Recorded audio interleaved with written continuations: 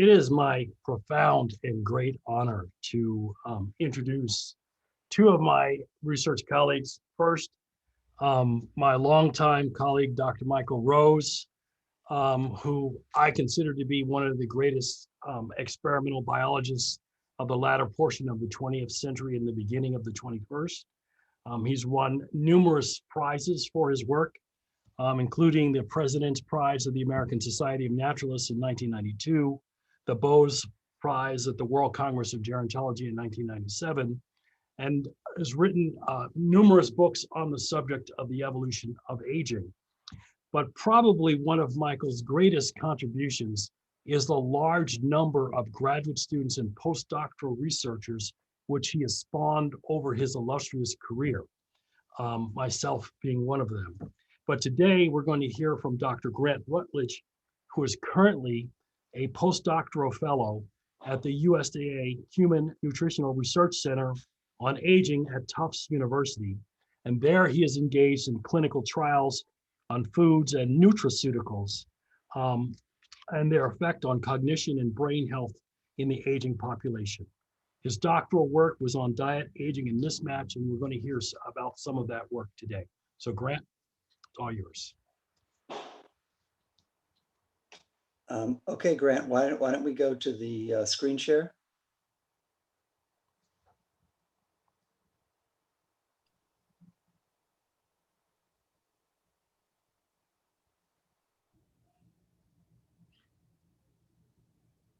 Okay. There we go. All right. A little worried there. Yeah.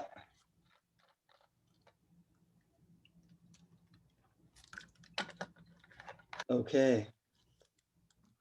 So I'm Michael Rose, and I'm assuming I'm not muted.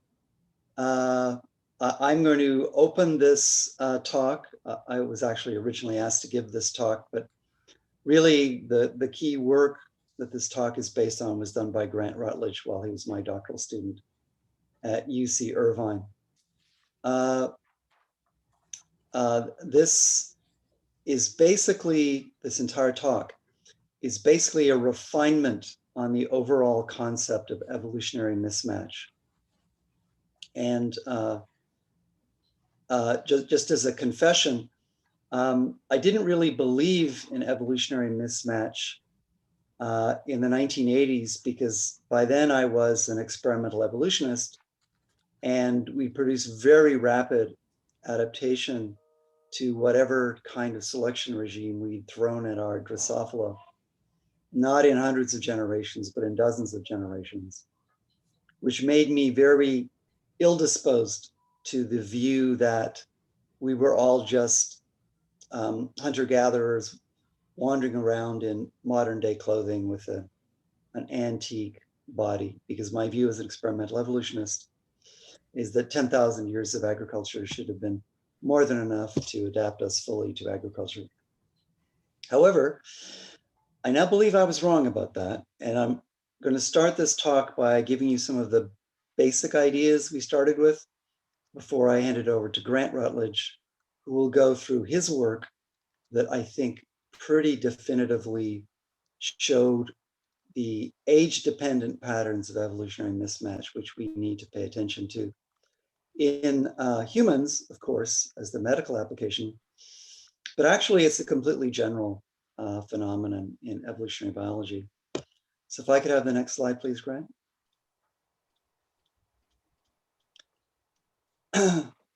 So here's the sort of overall contrast that I've been living with for the last 45 years that I've been an evolutionary biologist working on aging.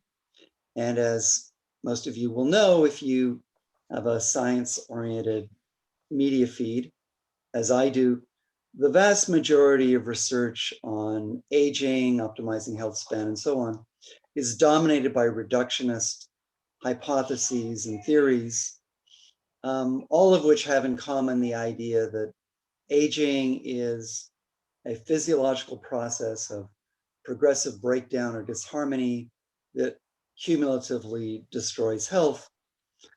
The main variation among these different reductionist hypotheses is which particular piece of the physiological process of aging they think is key versus being incidental or merely correlated. Opposed to this kind of view are different kinds of evolutionary hypotheses about ideal lifestyles, or in the language of your group, I believe, the correct match for our actual adaptational foundations. And as an evolutionary biologist and a person who studies adaptation for a living, of course, I was naturally more sympathetic to that point of view. And then within the evolution-based approaches to maximizing health span, you have the very popular paleo hypothesis, which I already alluded to, which is that we haven't had enough time to adapt to an agricultural way of life, and therefore our health is better off if we emulate in some manner ancestral hunter-gatherer diets and lifestyles. Marlene Zook published a very devastating book attacking that hypothesis from the standpoint of a modern evolutionary biologist post-1980s who accepts the findings of experimental evolution and some types of field evolutionary biology, all of which shows very rapid rates of adaptation, leading her to the view, and some others, that in fact we are very well adapted to an appropriately organic agricultural diet. I'm not going to really say much more about reductionist-based theories. I've spent 45 years of my life attacking those over the course of innumerable publications, starting in 1980. And we won't go over that much more, except, next slide, please, to develop the foundations in the evolutionary biology of aging, which really motivate the research that Grant did. So we basically believe that what we have is a good synthesis. So here's the standard view. Aging is a physiological breakdown. In some versions, like Denham Harmon's version of the free radical theory of aging, aging is almost literally biochemical rust. The original proponent of theories like this was Aristotle, who wrote a fantastic little scroll about this about 2,300 years ago. And as usual, people don't give Aristotle credit for founding intellectual tradition, right or wrong. Next slide, please.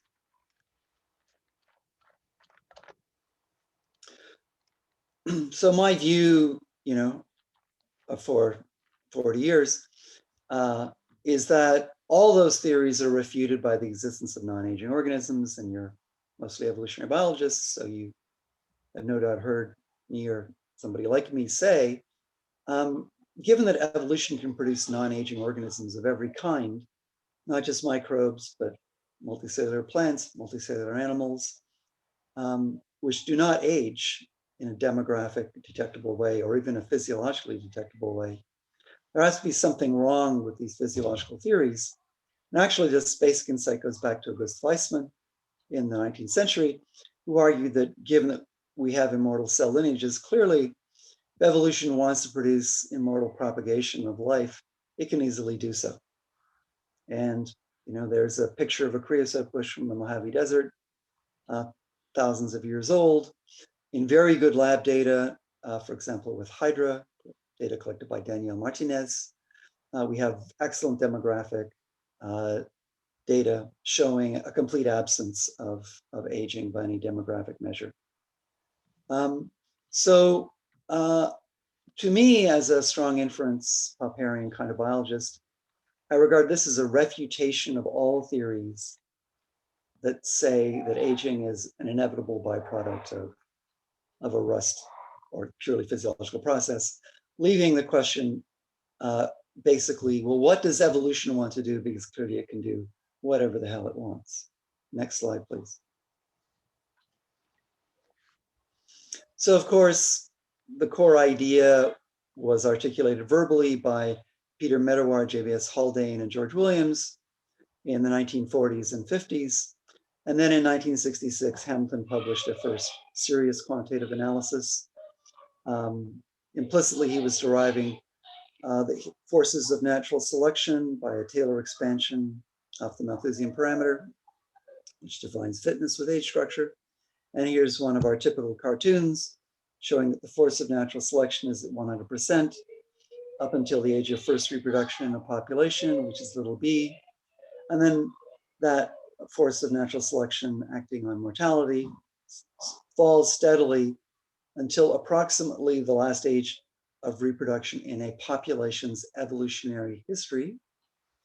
Not of course, the current way in which you maintain a population in the lab, for example. There's a little bit of fudge about the point in time at which the force of natural selection acting on age-specific mortality hits zero, which arises from the effect of population size. But that's an important footnote, but not relevant to today. So this cartoon defines the key paradigm that my students and I, including Joe Graves when he was my postdoc, have lived off of, because of course, we don't just accept this theoretically, we use these parameters to change patterns of aging in laboratory experimental evolution. And in our lab, excuse me, that's done with fruit flies. Next slide, please. And this needs to fill in. Yeah, so here's our generic experiment, which I first did in the 1970s. You have regular fruit fly culture, usually every 2 weeks, so you can have a weekend where you have a young adult by 2 weeks in an uncrowded culture, and you let those young adults lay eggs. You discard all of the adults to create a new discrete generation. And the alternative regime, called by journalists the career or professional persons regime, where basically you go to graduate school and you're trying to get tenure and you're crazy if you reproduce, but you might still have sex recreationally. You delay and delay and delay until after you submit your tenure dossier, and only then do you conceive a child, get pregnant, whatever, to start your next generation.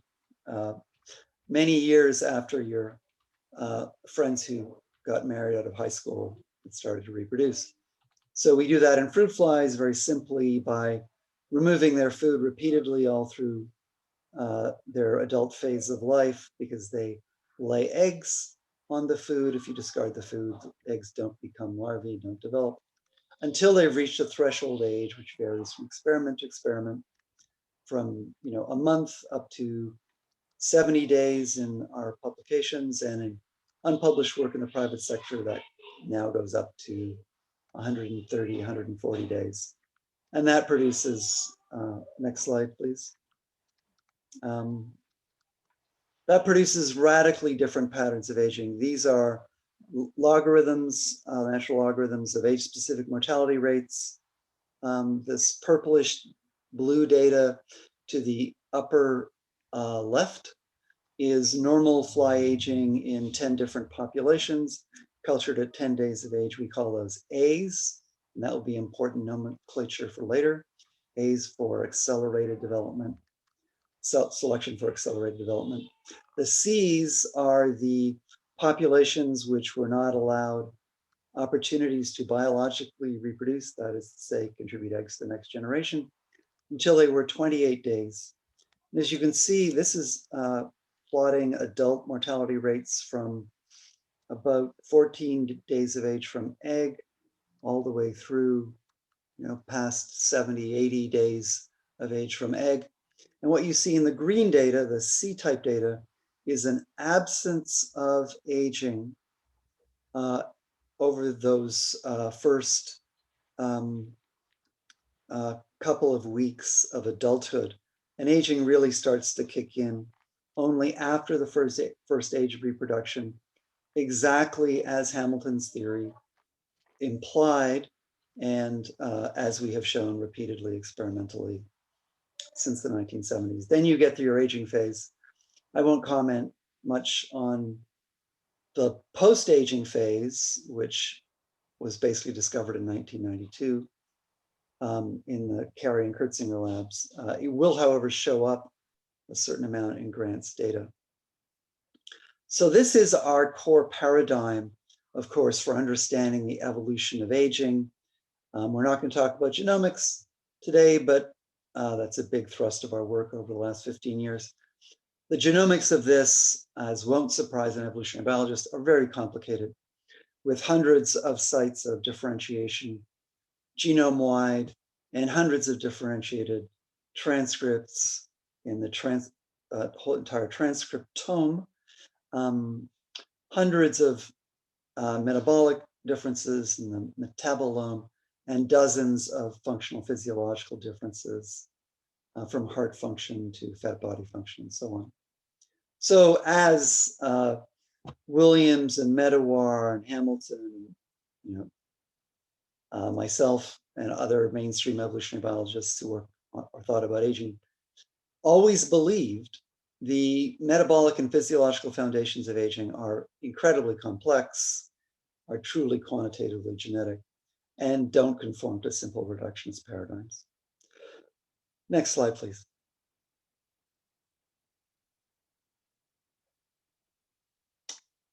So this is a cartoon, a version of which we published in our 2011 book called Does Aging Stop?, where the core idea is, just to state it verbally first, is because the force of natural selection is very strong at early ages, if you change the environment in which a population lives and keep it in that new environment for dozens to hundreds of generations, at early ages, you will unequivocally get very rapid adaptation to that evolutionarily novel, but not instantaneously novel environment. That is to say, an evolutionarily recent environment is one that individuals that are young in the population will be fairly adapted to after certainly 50 generations, perhaps less. However, Hamilton's basic model implies that because the force of natural selection is dropping with adult age, to the extent to which there is any age specificity in the adaptation to the evolutionarily recent environment, effectively you lose that adaptation as your age increases. And that's what we've shown in the middle of the dashed line, separating, this is just the cartoon, of course, two different types of phenotypes. The ancestral phenotype from the long abandoned evolutionary environment, the EEA, I think you guys call it in the mismatch world, which is in the red line, and at the top is the blue line, which is the most fit. Think of it as a physiological phenotype, matching the new environment. And for individuals from populations that spent 50 to 100 to 200 generations in a new environment, they will be adapted when they're younger, and then the adaptation will trail off as a function of age. Verbal hypothesis, which I crudely formulated around 10 years ago. And Joe Graves is one of the first people I presented this idea to. Next slide, please. So, of course, full disclosure, 45 years ago, I was a theoretician. So we had to do some numerical calculations to see if this is valid. And such calculations were in fact done by Kevin Fung, formerly the student of Larry Muller, who's our theoretician and data analyst throughout this entire project. And basically what we showed in a very quantitative way is that indeed, if you have two different optima, one corresponding to the long abandoned ancestral environment, another one corresponding to the evolutionarily recent but not completely novel environment, that at early ages you get this rapid movement by the evolutionary process, shown here at 3 time points in green, toward the new environment's best physiological state, But then at later ages, especially later adult ages, during which the Hamiltonian forces decline, you deviate away from the optimal physiological adjustment for the evolutionarily recent environment, and you revert to the physiological settings, if you will, corresponding to the ancestral environment. So we had the crude verbal statement of hypothesis, which was my fault. Then we had some quantitative work, first due to Fung and Muller. And basically, next slide, please. What we did is we came up with the idea of testing this hypothesis using our fruit flies, because in our fruit flies, we'd inadvertently done a Neolithic transition. So to state the hypothesis that we're testing, or more precisely, that Grant tested in his doctoral work, the idea is that adaptation to a novel environment depends on biological age, with later adult ages responding more slowly to selection for adaptation to the new environment.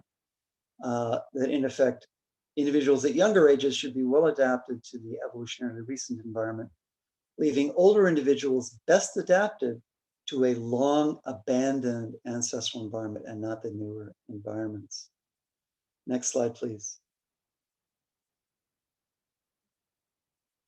And now I'm going to hand it over to Grant to tell you the story of one chapter of his doctorate. Over to you, Grant.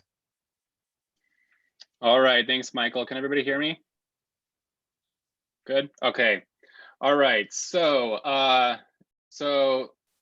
thanks again to the organizers. I really look forward to these every week, especially during lockdown, and look forward to a good discussion on evolutionary mismatch at the end of the talk. So as Michael has just shown, an explicit mathematical simulation of this idea. I'm going to go through and show some experiments that I did testing flies on various diets. So let me see, make sure I'm going to put the pointer on. Okay. There we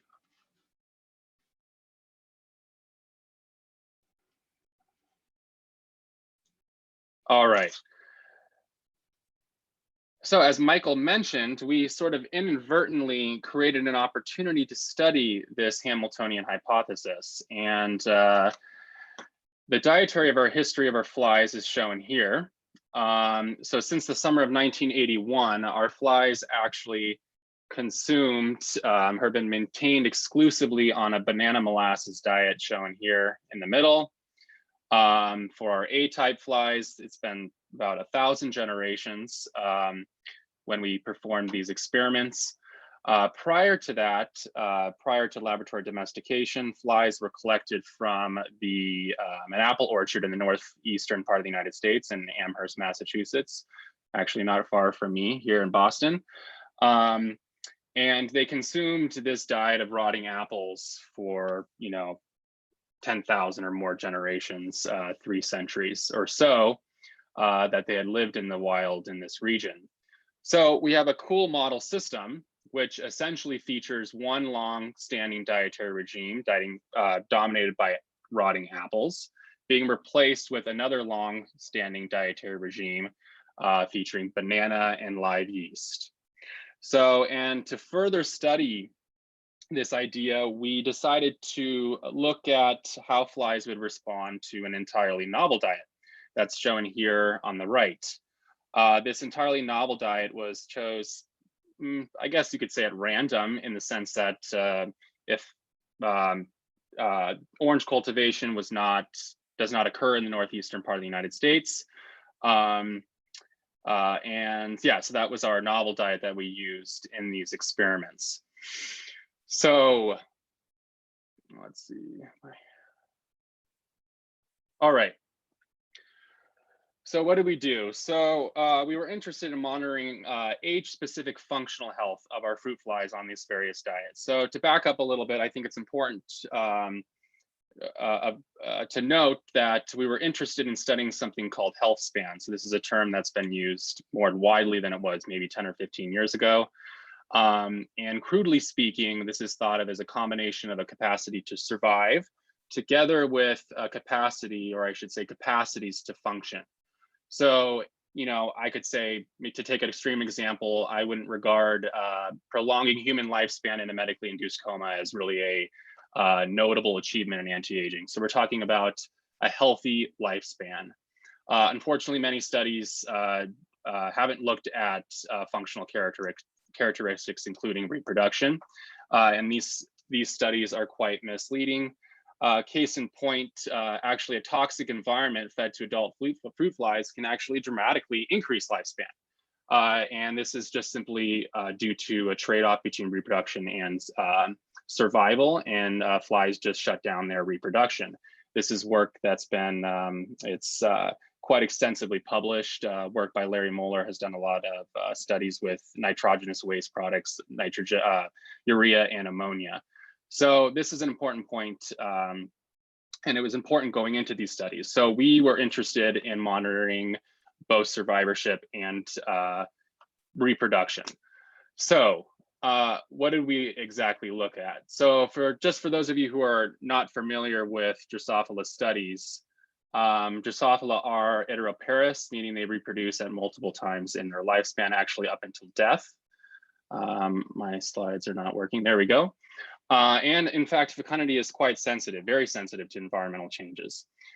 So we looked at something called PXMX. PXMX is composed of PX, which is the female conditional survival probability, which is simply just 1 minus mu-x, or the death rate, the age-specific death rate, multiplied times MX, which is the average eggs per surviving female. These two measures are actually quite easily obtained in Drosophila experiments. So let me briefly go over how we actually obtain these data. So it's very simple. If you are not familiar with how flies work, or we raise them in vials, they consume as larva food in the vial. They pupate and they close from pupa as adults. So similar to like a butterfly. Adults are then moved to cages for these experiments, and we monitor them throughout their whole life. We collect dead every day out of the cage, and we look at food. We looked at eggs that have been laid on this little Petri dish here. We give them fresh food every day with the respective diet. In our lab, we developed a really cool technique. It's kind of like a modified Buchanan funnel system where we actually wash these eggs, take a picture of the filter paper at high resolution, and count them. So we can process a lot of eggs and a lot of flies, which has been the Rose Lab way for decades. All right, let's see. Okay, there we go. All right, so the first experiment we did is we wanted to look at how our flies performed on this evolutionary recent diet, which is this banana molasses diet that I talked about, compared to our entirely novel diet featuring oranges. So again, very large experiments that we performed with a lot of individuals, 12,000 individuals, over 1 million eggs. And we did this in our ACO populations, our accelerated breeding regime, populations under our accelerated breeding regime. So I'd like to just go over some hypothetical curves and what we would expect going into these experiments. So here we have predicted PXMX curves or trends of our A's on our novel and recent diet. We have PXMX as a function of adult age. So under the Hamiltonian hypothesis that Michael has talked about, we would expect flies to perform significantly better on this evolutionary recent diet as opposed to the novel diet. Evolutionary recent diet's in blue, and the novel diet is in orange, and particularly at early ages. However, at later ages, with the stalling of adaptation, we would expect convergence in these trends at these later adult ages. So here are the results from this fairly simple experiment. So again, we have PXMX as a function of age. The data that we collected, we fit the data with a 3-parameter, 2-stage linear regression. The three parameters were the y-intercept of the first stage, the slope of this second stage here. Sorry, there's a little delay in my laser pointer. And the break day. So as you can see here, we have the banana having a significantly higher y-intercept in this first stage. The second stage, we see no difference in the slope and no difference in the break day. So just to sum up these results, younger flies perform significantly better on an evolutionary recent diet compared to an evolutionary novel diet. However, we're not seeing the same trend in older flies. We see kind of a similar decrease in PXMX as a function of age at these later ages. So we can make the point that if these fruit flies had evolved in recent evolutionary history on the orange-based medium or another type of medium of our choosing, rather than the banana, we would expect these discovered trends to be switched. So we see some that these results are sort of conforming or providing support to this hypothesis. All right, so the next experiment that we did is we wanted to look at how our flies performed on the long-standing diet. This actually should read long-abandoned diet compared to the recent diet. All right, now there we go. All right, so again, the banana diet here and the ancestral diet, I didn't really talk a lot about it yet. This is essentially a crude emulation of the fly's ancestral or long abandoned diet, which simply consists of organic applesauce, actually Trader Joe organic applesauce, yeast to simulate rotting, and some yeast supplementation on top of the food, along with ethanol and acetic acid, again, to simulate the rotting. A much larger experiment due to availability of resources at the time. We looked at actually 36,000 individuals, or processed 36,000 individuals, and over 4 million eggs. This was an experiment. This was actually 2 experiments that were done a year apart, using the exact same methods. So let's look at our predicted PXMX trends of our A's on this long abandoned versus our recent diet. So under the Hamiltonian hypothesis, populations really should fare well or better on an agricultural diet, on this recent diet compared to the long abandoned diet at early ages. But at later ages, the Hamiltonian hypothesis implies that individuals should fare better on this diet when Hamilton's forces of natural selection have weakened to really prevent sufficient adaptation to this, this relatively recently imposed food. Of course, whether populations perform better on the banana diet or the apple diet at early ages really depends on trade-offs in acquiring adaptation to the banana diet and loss of adaptation at the apple diet. So we were interested in what was going on at early ages and what was going on at later ages. So let's look at the results. Again, we analyzed the data in the same way with our 3 parameters. For our apple and banana diet in this first stage, we see no difference. The second stage, for the second stage slope, we see that there is a slower decline, a significantly slower decline in PXMX over age in our apple diet compared to our banana diet, and no difference in the break day. We actually do see evidence when looking at PX, just PX, that populations are doing better at these very early ages on the banana diet. This was a finding that for the second part of this talk that I was going to do, that I'm not going to do now due to time, this effect is actually stronger, where we see populations do better on this agricultural, on the recent diet at early ages, but not at later ages. So essentially a switch, which is interesting. So just to summarize the results, we're running out of time. Younger adult flies fare well on their evolutionary recent banana diet, while older adult flies fare better on the medium that is more similar to the evolutionary ancestral apple diet. So another way of saying this is with the decline in forces of natural selection, the relatively short time, or 1,000 generations of adaptation to this banana sugar diet has been too little time to adapt the population's essential metabolic and physiological processes at these later ages. Again, these results provide more support to the Hamiltonian hypothesis.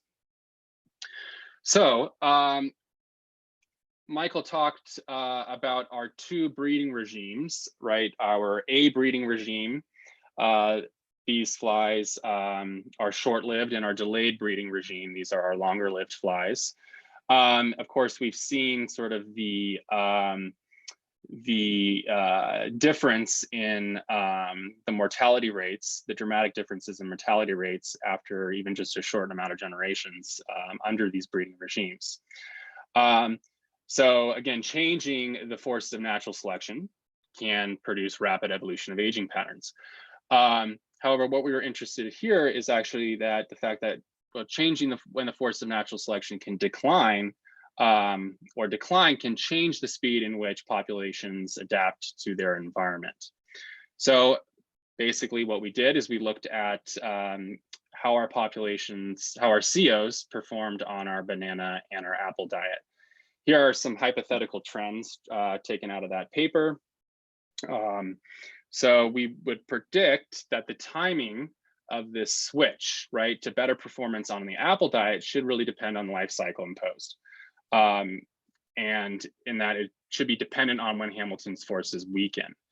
So in other words, if our reproductive window of our populations is pushed to later ages, as it has been in our Cs, we predict a longer period of sustained function on the banana diet, with maybe benefits of a switch to the apple diet occurring at later ages, or maybe even not at all compared to our As. So here's the data from this experiment. We analyzed this a little bit differently. We used a more interval approach to analyzing data. I will say that we use this same interval approach to analyzing the previous data, and we don't really see the same findings, same general conclusions are made. But here we see we see populations doing better on the banana diet for these first 4 age classes.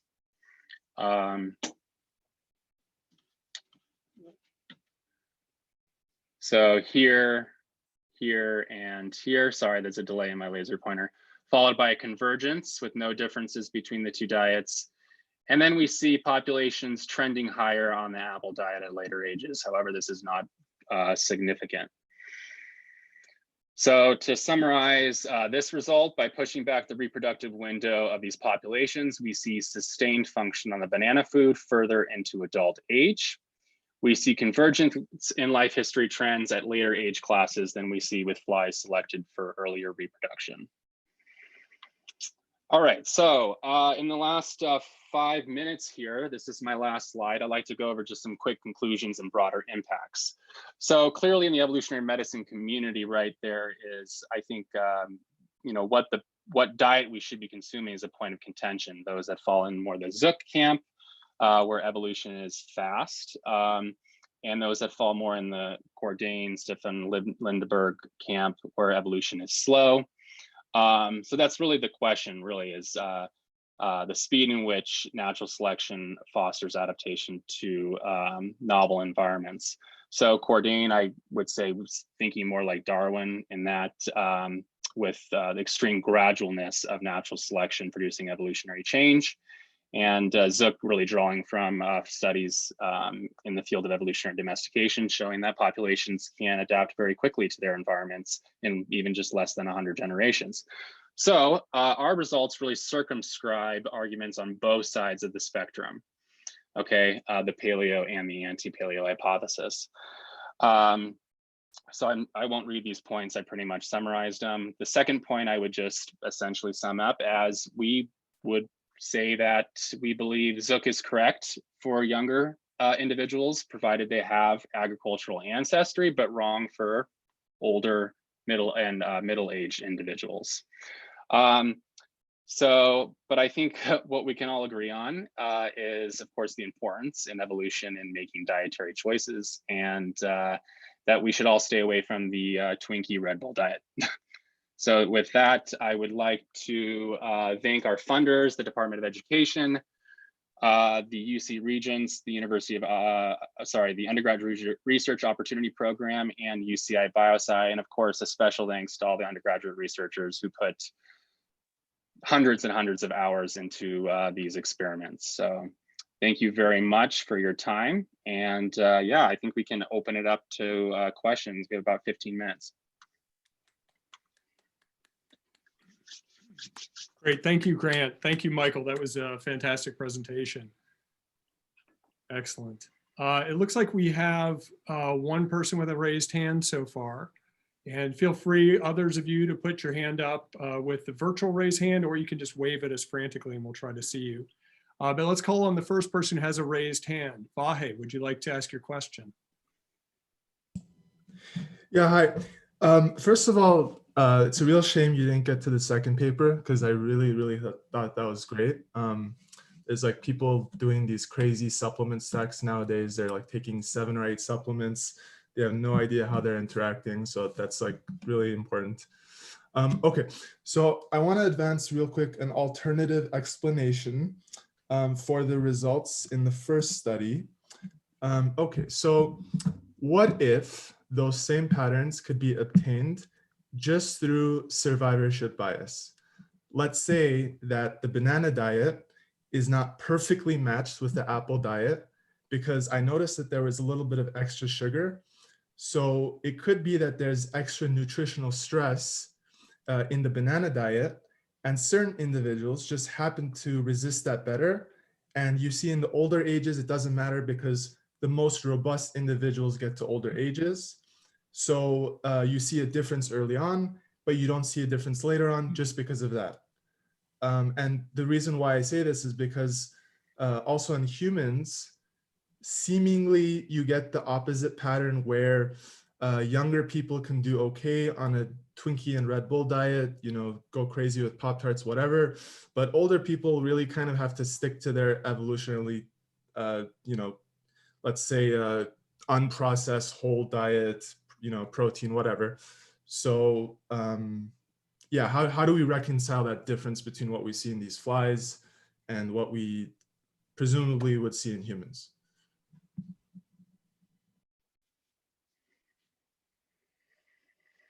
Yeah, so I would say first, you know, there's lots of evidence that, you know, children don't do well on the Twinkie Red Bull diet, right? So I'll say that to start.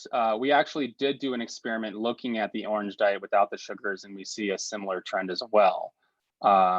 So that data I did not show. It's actually going to be published in another paper. So, but yeah, that's an interesting thought. Michael, do you have anything to add?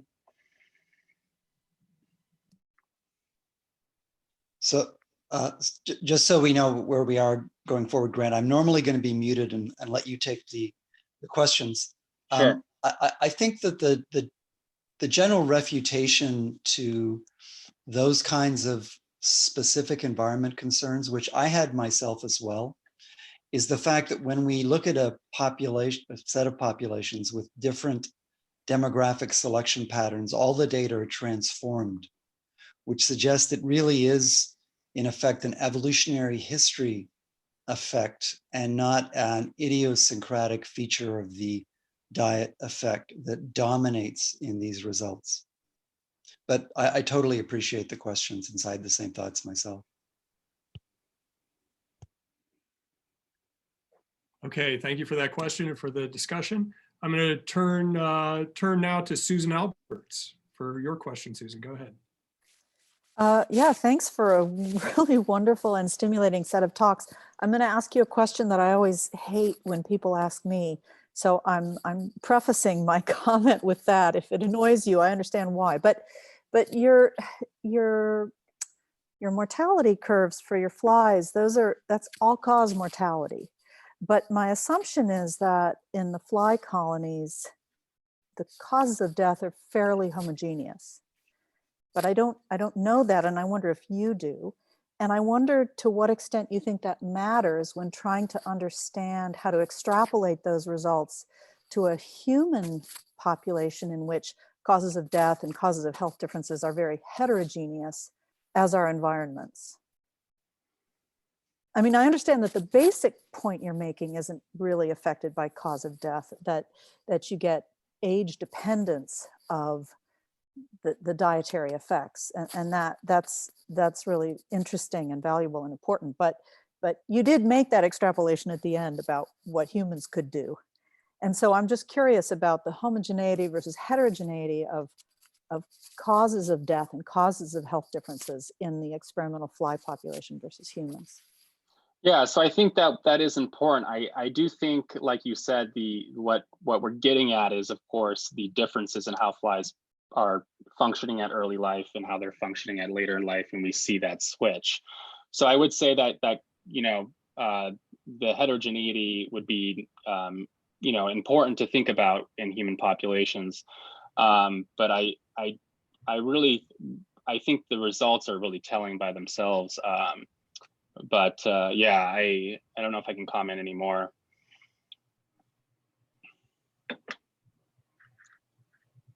Okay, well, thank you for that perspective. Looks like we have another question from Molly Fox. Molly, you can unmute yourself and go ahead. Hi, thank you for really fascinating talks and really interesting experiments you've shared with us.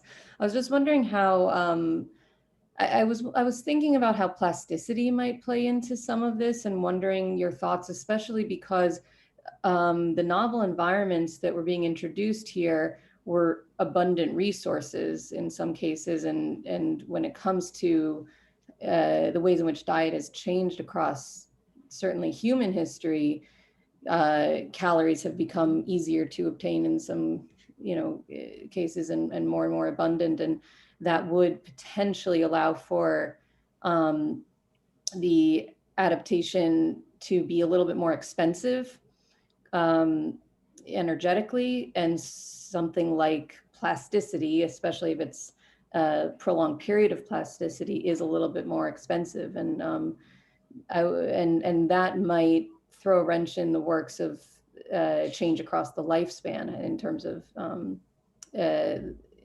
fitness of the adaptation, if the adaptation itself isn't fixed, but the ability to adjust. So I was just wondering if this has been part of your thinking or what you think about any of that.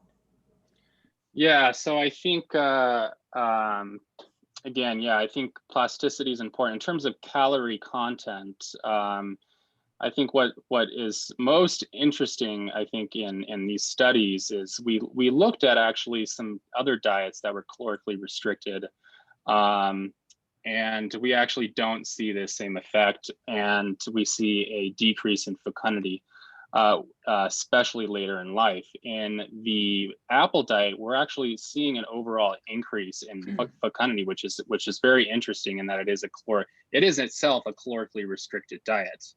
But I think that's a super cool finding, in that we don't see that in other calorically restricted diets that we've looked at. So the effect seems to be particularly in this apple diet. Great, thank you. Looks like we have a question from Michael Hochberg. Michael, you can go ahead. Right. Thanks, incredible talk. Lots of questions, but just one that immediately comes to mind is, did you look at all in terms of gene expression as a function of age on these novel environments? What is really going on? Yeah, so we didn't do any gene expression work on these different diets at all. It's something that we're interested in doing in the future, but we have done gene expression work looking at the differences between our A's and C's, but nothing in terms of the different diets. But yeah, I'd be very interested in what's going on the sort of expression level. Okay. Yeah. Paul, did you have a question? Oops, you're muted, Paul. There we go. Yeah, Joe Graves and I were talking a little bit on the side here about applying this model, the ideas, to a different novelty, in this case, infectious disease, the crowd diseases that emerged right around the same time that, the grain-based diets and so on that you guys are interested in emerged, roughly 10,000 years ago. And, if going specifically to the, SARS-CoV-2, which is too new for anybody to have adapted to, but there's a bunch of other coronaviruses out there that children could have been adapting to over the last 10,000 years that would give them a big advantage potentially in avoiding severe outcomes with COVID. As you know, I'm working on a paper that talks about that a little bit, but I would like to get others' opinions on that, just kind of off the cuff here. Yeah, I think that's an interesting idea. I don't know if I have anything particular to add to it. Maybe if others do. Well, I was only going to say that Paul and I were talking about it on the side, and it is a really interesting experiment. And I was actually mulling over the idea of getting back into fruit flies and taking a gander at that experiment. Yeah, definitely. But one other point I would make about, early life adaptation and these new infectious diseases, we should remember that the, great influenza in 1919 killed a lot of kids and a lot of young people. Right. So that would sort of go against this idea that necessarily young people have an adaptive advantage with regard to. Well, you have to take into account all the factors, though. When memory is involved, young kids don't have any memory. So if you had a disease that's been around for a while, the older folks, the older kids will have acquired memory to it. And so they'll have a huge advantage from that. So what you'd want to look at is crowd diseases when they're introduced to virgin populations. The first time a population encounters smallpox or influenza or something like that, that levels the playing field where the huge advantage of memory is absent. Anyone else want to weigh in on this? Anything to add?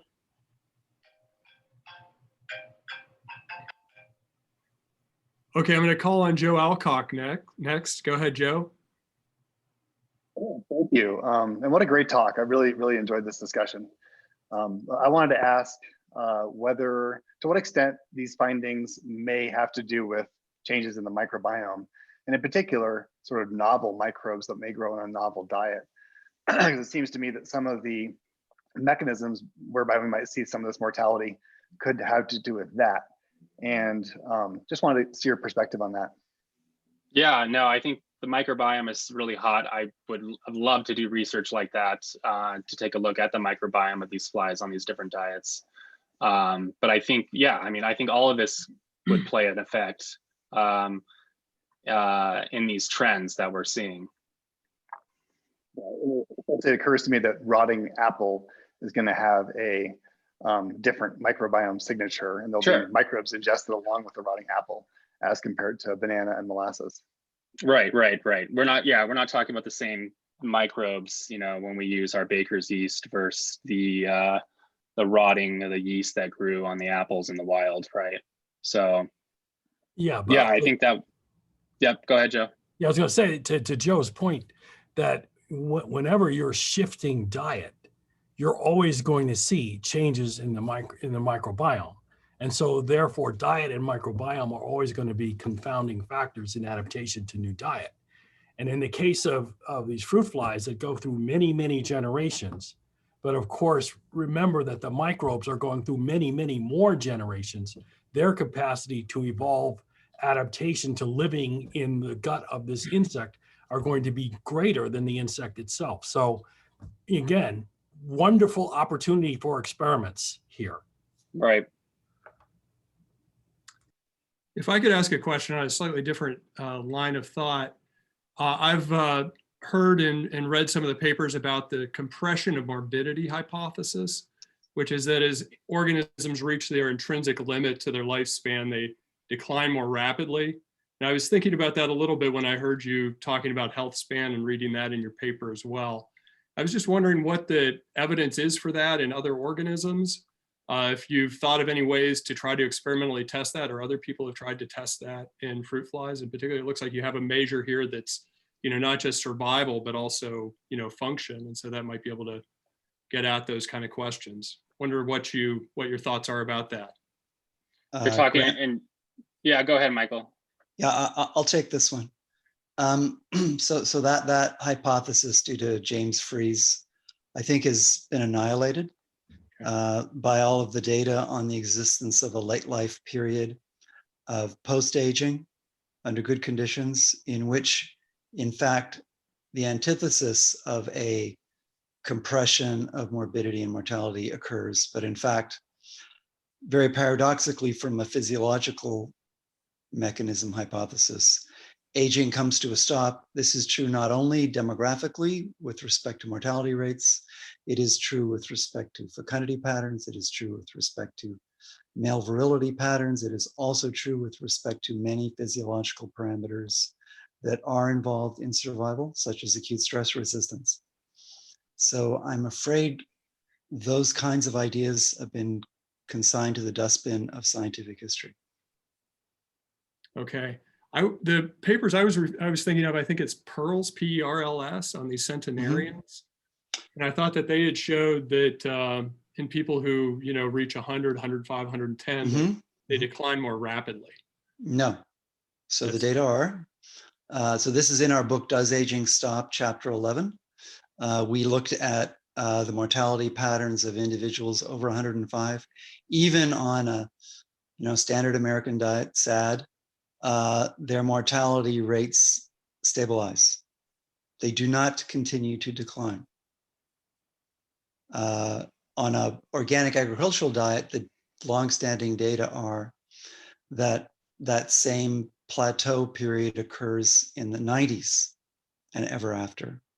So this is, another aspect of our research that is, probably the least popular thing we do because it is so distressing for human intuition.